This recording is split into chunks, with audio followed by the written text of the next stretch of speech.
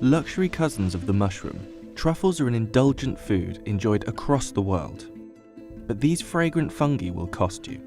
In 2014, the world's largest white truffle was flown to New York, accompanied by a security guard, and sold at auction for $61,000. Discovered in Italy, this gigantic fungus weighed almost 2 kilos.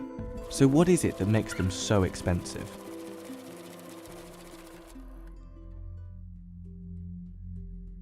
There are a lot of types of truffle. There are at least 40 species, many of which aren't edible, and new species have been discovered as recently as 2018.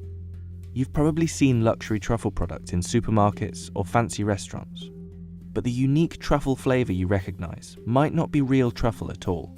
Cheap truffle oil often hasn't been anywhere near a real truffle.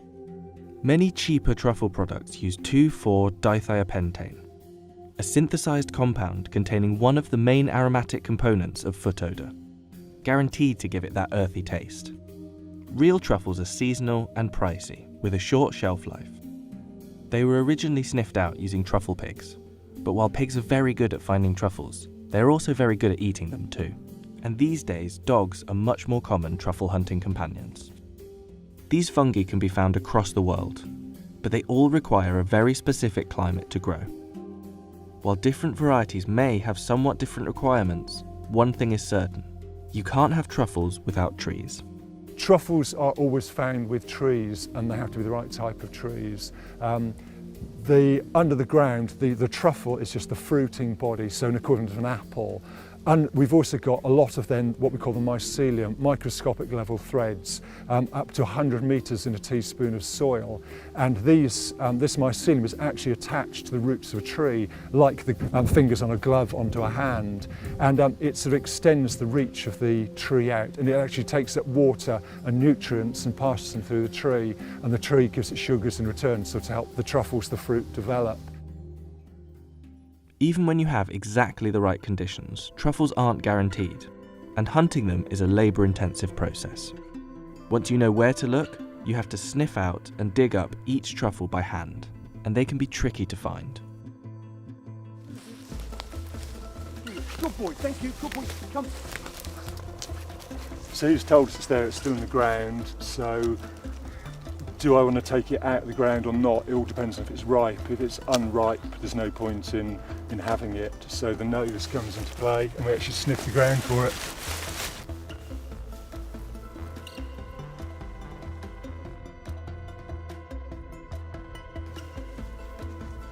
It may take a while, but finding a good one can make it worth the work.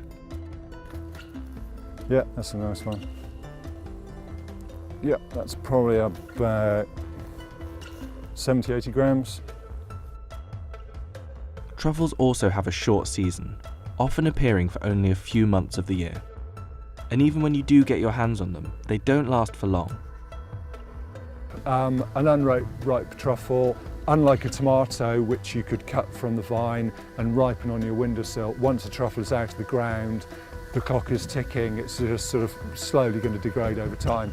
So we want to get that to customers nice and fast. After just 5 days out of the ground, that pungent truffle smell will have halved.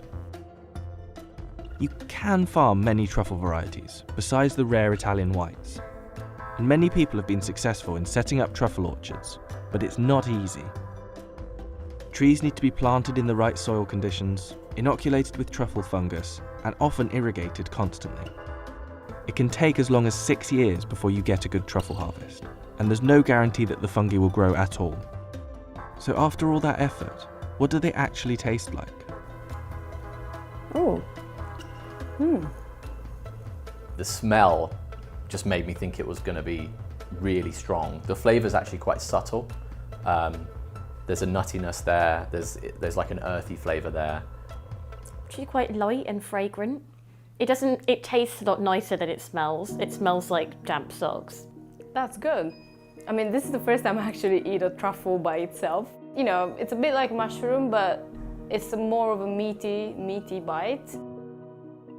These days, farming has taken over as our primary source of truffles, and today 70% of the world's truffles are cultivated. Through the loss of woodland and climate change, the number of wild truffles has decreased significantly. Since the 19th century, production in France has fallen from over 1,000 tonnes a season to just 30 tonnes, and climate change could mean that truffles will disappear altogether in the future. The weather conditions are so important, not just immediately over the whole season. We're getting much lower numbers and much lower average size. A truffle is something like 70% water, so it needs rainfall to help it grow. Some UK truffle scientists are thinking that your traditional areas, the climate is going to move further north, and they're not going to have a truffle industry within, I think, perhaps 50 years. There's threats, there's opportunities, but rain, we do need rain. When we get a dry summer, the holiday makers delighted, but I keep crossing my fingers for a bit of rain every now and again.